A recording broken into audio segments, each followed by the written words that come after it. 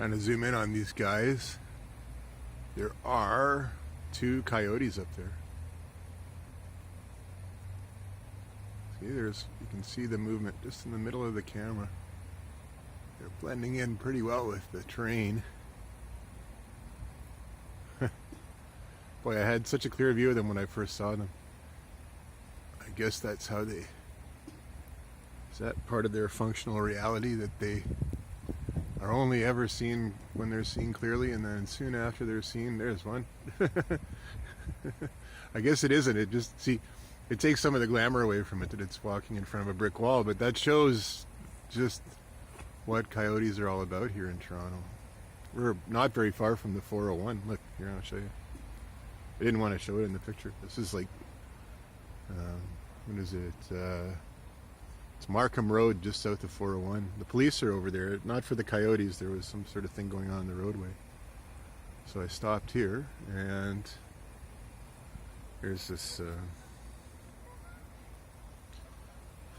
water course with a little bit of a natural area, right? See, so there's a whole natural system going on down the ravine there.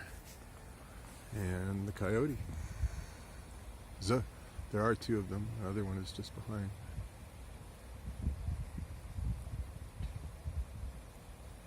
So how would you feel if you saw 2 coyotes and you were just out for a walk? Is it just like seeing dogs off leashes? It is, kind of. I mean, if they're not your dogs and they aren't friendly dogs. You don't really know much about what makes dogs friendly, or at least many people don't. Some people are very confident around dogs. Some people aren't so much. Coyotes aren't as big as wolves. They're not even as big as the biggest dogs, but they're very athletic.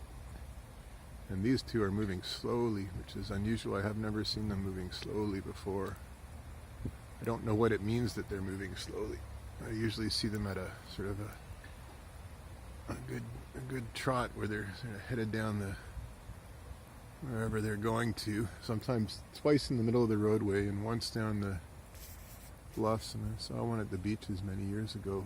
And there's just something about the way that they move that is more powerful than dogs of the same size. In fact, much more powerful.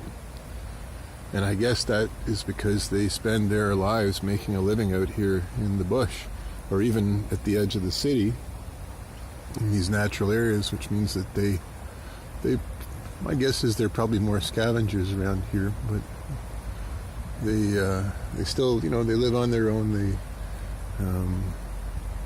They hunt things, potentially, and you'd want to be careful with your small children, and any size children probably, and with your pets and things. And it's interesting because that's the same is actually true of dogs, and in many cases the way that people treat dogs and the way that they raise them, it might even be more true of dogs.